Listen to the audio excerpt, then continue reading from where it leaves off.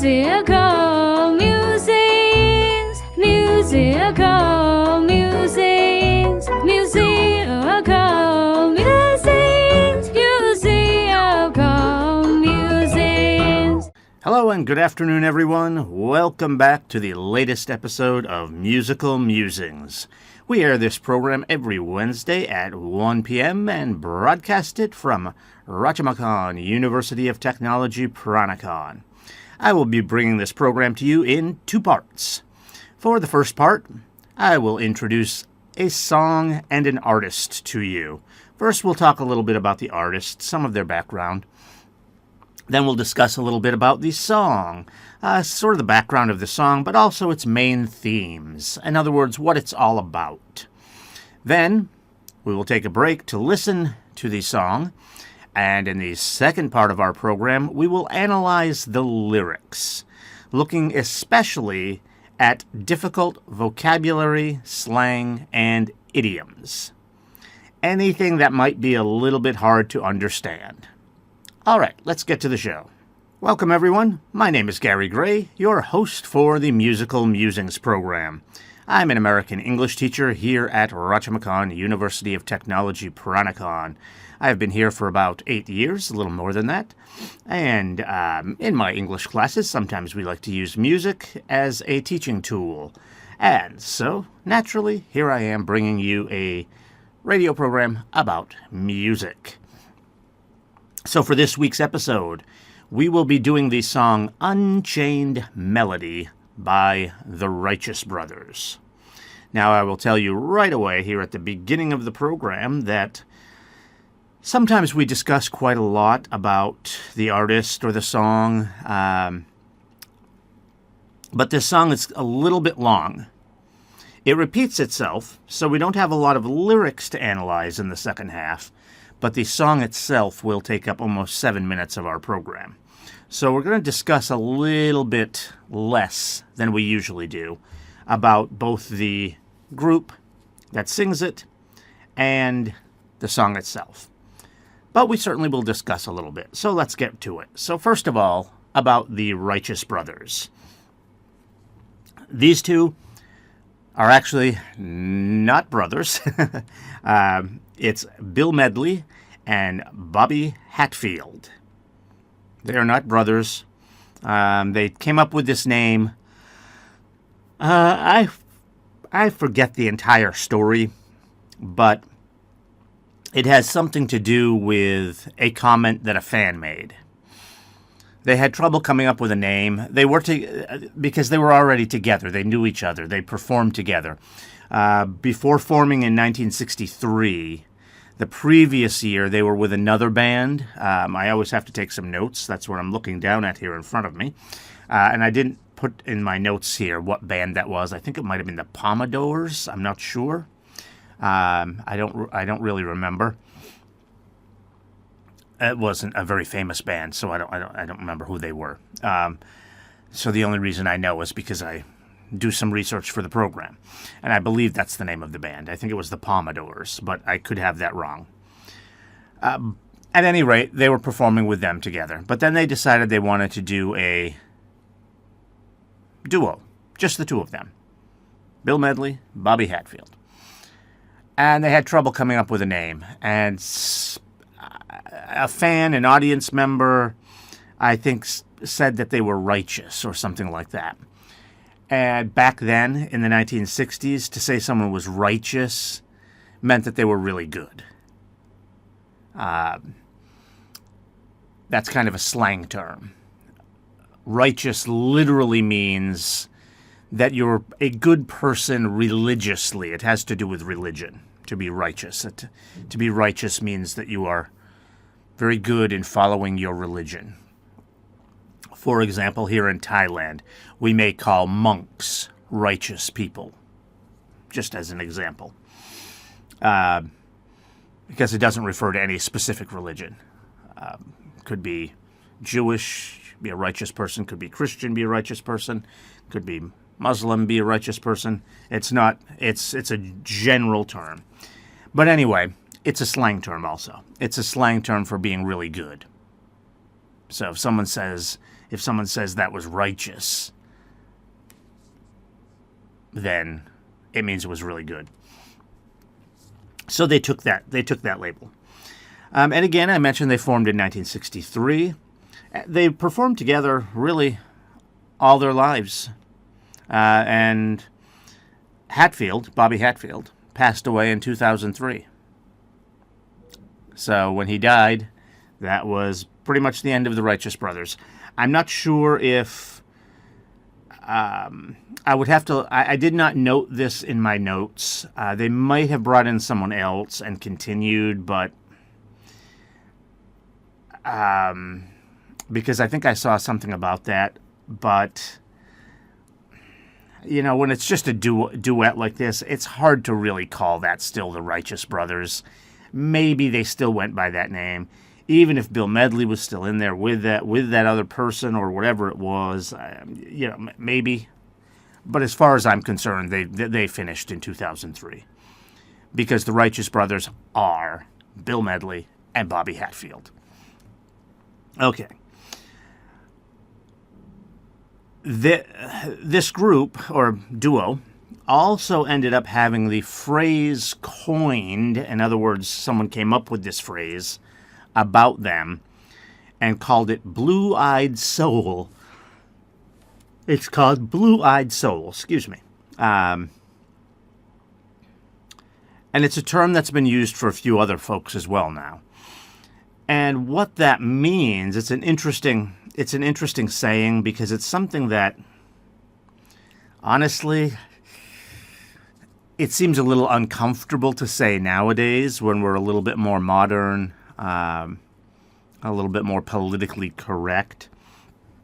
But as I've explained to you in some other episodes, some of these genres of songs, especially from like the 1970s and earlier, and in the 1970s this did start to change a little bit, but really into the 1960s and 50s especially. And these guys are around mostly in the 1960s and through the 70s as well. And this was still like this in the 70s, but just a little bit less. But for certain genres of music, it was usually performed by certain demographics of people. In other words, African Americans, black people might be the most common type of people to sing this type of song. Whereas white people may be more common to be singing this type of song. Which, again, is a little uncomfortable to think about these days, because anyone can sing whatever they want. But that's the way it was back then, is that it was a little bit more classified. In other words, this group of people does this group of people does that. It was a little more like that. Now, you always had some crossover. Always. But when you saw it, it was surprising. And that's where this expression, blue-eyed soul, comes from. Soul music is often thought of as being music that would be sung by black people. And Bill Medley and Bobby Hatfield are white. And the way they dress and things like that, they look very conservative white as well. So they look just white. So it was a surprise. And in fact, if you go on YouTube and search for either the song we're doing today, Unchained Melody, or You've Lost That Loving Feeling, another one of their songs, you can do searches on YouTube and you'll see that people are surprised when they find out that these guys are white. Not everyone. A lot of people know because they know who the Righteous Brothers are. But people who weren't familiar with them, there are people on YouTube that react to music or movies or things like that. These reactors who have no idea who the Righteous Brothers are. Most of them have heard those two songs because they're very famous songs in America. Even though they're old songs, even most younger people have heard them because maybe their parents used to play the song all the time. Also, this song that we're doing today was in a movie from the 1990s, which I guess is a little ways away now too, but It's much more recent than this song is. And it was a very popular movie. So most people know these songs, but they may not have any idea who the Righteous Brothers are. So when they see the video on YouTube, oh my God, white people sing that song. Again, it shouldn't be like that. I'm not defending that type of thinking, like, ooh, a white person can't sing that. Of course, anyone can sing any type of song. But back then, there were different styles that different types of people would sing. And so there are more than just like one white person who can sing this type of song. We did a while ago a song called Play That Funky Music, which was about a white guy. We did that just last week or a couple weeks ago on our program here.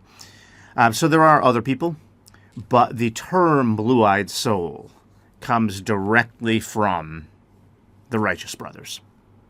All right, I said we weren't going to talk too much, so let's move on here. A little bit about the song, Unchained Melody. So it came out in 1955 originally. These guys weren't together until 1963. So obviously this is not originally their song. I've told you before, I generally like to do songs that are originally by the artist.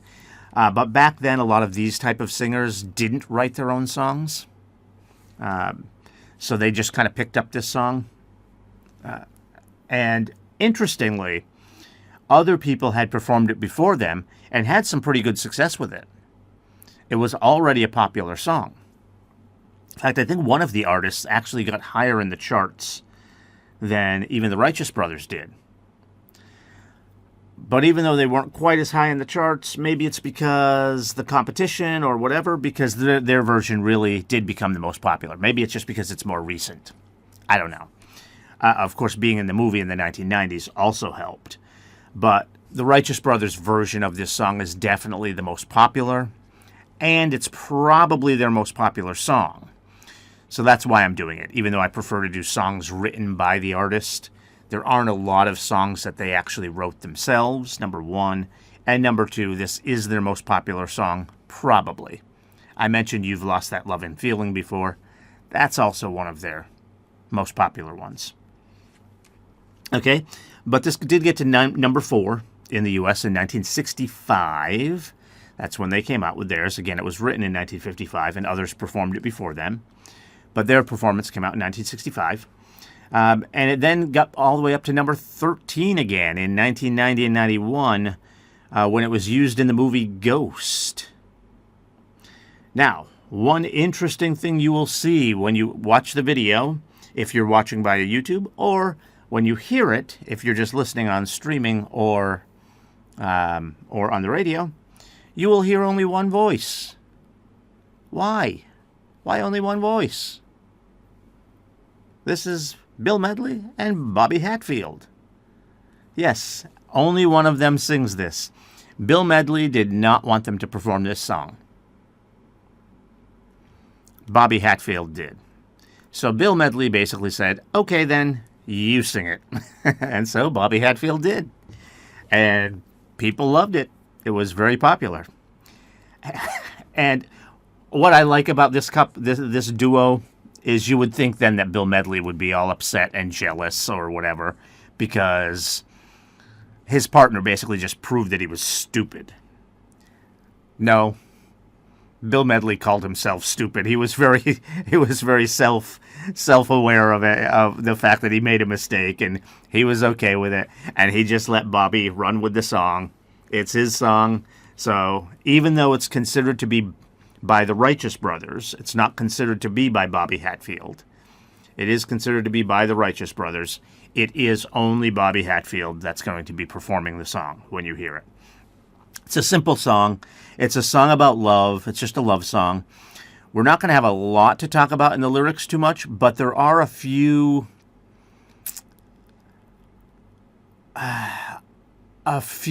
kind of, I don't want to say idioms because some of them aren't really sayings, but there's definitely a few slang terms, things like that. Or sayings that maybe we don't use so much anymore, that I can't really say are idioms, but that I will maybe need to explain to you. So we do have a few things here in the lyrics to go over. So, again, it's a pretty long song, so let's get to the song. As always, those of you joining us on YouTube, we cannot embed the video, so we will give you the link in the upper right-hand corner. Go ahead and click on that.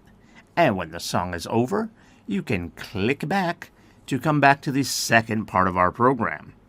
And for everyone else who's just listening, streaming, radio, everyone else should be able to listen just fine. Let's get to the song. Musical musings, musical musings, musical musings, musical musings. Welcome back, everyone. All right, so that was Unchained Melody by the Righteous Brothers. And as you noticed, there were no brothers. Actually, Bill and Bobby aren't brothers anyway, but there was only one of them. That was Bobby Hatfield performing the song. Okay, and he is the one that passed away, by the way, in 2003. And this, I said, was probably their most famous song. That's another reason I consider them to be done in 2003. And maybe they actually were. I didn't look at all the details, whether or not they brought in other artists. We talked about that in the first part of the program. So I don't know. I could be wrong in assuming that they continued after 2003. But I did see some mention after 2003 of why they're not performing anymore. And I was like, well, maybe they were just talking about the old times. But it confused me a little bit, because I was like, well, they shouldn't have been performing for a long time. Hatfield died in 2003. But again, so for me, the Righteous Brothers were over in 2003, even if someone else went by that name after that. This is their most famous song. Maybe You've Lost That Love and Feeling is. I would put it on this one. I would put it on Unchained Melody. This is their most famous song. It's done only by Bobby Hatfield. He died in 2003. The band is over. All right. So this is a love song. And even though the song is quite long, they repeat a lot. So there's not a whole lot of lyrics to go over here. The lyrics are actually pretty short. All right, so let's go through them, and we'll get one of those slang terms I told you about pretty quickly. You start out, whoa, my love, my darling, I've hungered for your touch. Right there, already, we get a slang term. Hunger. Hunger. If you're hungry, it means you want food. Hunger means you're starving, you need food. No. We use that as a slang term for basically your desire for anything. You can hunger for a new car. Means you want a new car, you really want it strongly. It's a strong desire for something. You can hunger to go on vacation. You can hunger to see your family. So that's what that means. When we use hunger a lot of times, it just means a strong desire. The official definition of the word is, yes, you want food. You want food. But the way we use it in a slang way here is that it just means a strong desire for something. Okay, we continue on. A long, lonely time, and time goes by so slowly. And time can do so much. Are you still mine? All right, there's nothing there that's confusing, but I might need to explain something a little bit culturally here. Maybe not. Maybe you have the same kind of ideas, since this is kind of just a human thing. You might have the same ideas here in Thailand. But he says, time goes by so slowly. And he says he's lonely, a long, lonely time. So obviously, if he's hungering for her touch, she's obviously not there. So this is a love song about someone who he does not have right now. In Western culture, and again, it may be the same here, because this is just kind of a human thing, When things are going well, time seems to go quickly. Those good things seem to pass too fast. In fact, we have a saying about that. We say time flies, not fly as in like a bird, just fly like goes fast. Time flies when you're having fun. And so what he's saying here is time is going so slowly. He doesn't feel good. He's lonely. He's sad. He wants to be with this woman. And when things are bad, time seems to go so slowly. You just want it to be over with. That's what he's saying. So again, you may have that same kind of idea here in Thai culture, because I'm not really sure that's a cultural thing. I think that's a human thing that we all kind of feel. But just in case, I did want to explain that's what he means when he's talking about time going so slowly. Okay? And then he says, "Are you still mine?" So apparently they used to be together, but she's not around anymore. So he doesn't even know what their relationship is right now. Okay? And we continue on. "I need your love. I need your love. God speed your love to me." Okay, so here's a saying that we don't use very much anymore. And the way he sings it is actually even a little weird. He sings it like it's two words, God speed, because he's using it as like a verb. We don't usually use it that way. It's usually one word, Godspeed. But even the way we use it, it would have pretty much the same meaning. It would be used a little differently because it's not the same part of speech. But what it means is exactly what it sounds like. You're asking God to make something go faster. God, speed your love to me. So he wants her back. And he's asking for God's help to make it happen quickly. So we use that term Godspeed. Not very often anymore, but you still do occasionally sing it. See it. It's worth knowing. It's worth knowing. You could see it. It is still used, just not very often. A lot of times we use it with someone who might be sick, and we'll just say Godspeed, and it's weird the way we use it because we actually shorten it. We don't say Godspeed what? What are you asking God for? It's just kind of understood that when we say Godspeed, it means get better quickly. We're praying for you. We are hoping that God will help you recover quickly. So that's how we normally use that phrase, Godspeed. Okay. So it's literally what it means. He's hoping that God will bring her back to him quickly. Okay, we continue on. "Lonely rivers flow to the sea, to the sea, to the open arms of the sea. Lonely rivers sigh, wait for me, wait for me." Okay, so there's nothing... This is just kind of poetic. There's nothing. This seems like there's got to be some great deeper meaning here. Not really. I mean, there is a little bit, I think. For example, the rivers are flowing into the sea. So in other words, they just kind of get lost. So all of this loneliness, it just makes you feel lost because the lonely river goes into the open arms of the sea. So it just kind of gets lost. And the lonely rivers sigh, wait for me. Wait for me. So, I don't think there's really anything. I mean, you might try to think about, oh, well, what does he mean there? Lonely rivers flow to the sea, to the sea, to the open arms of the sea. Lonely rivers sigh, wait for me, wait for me.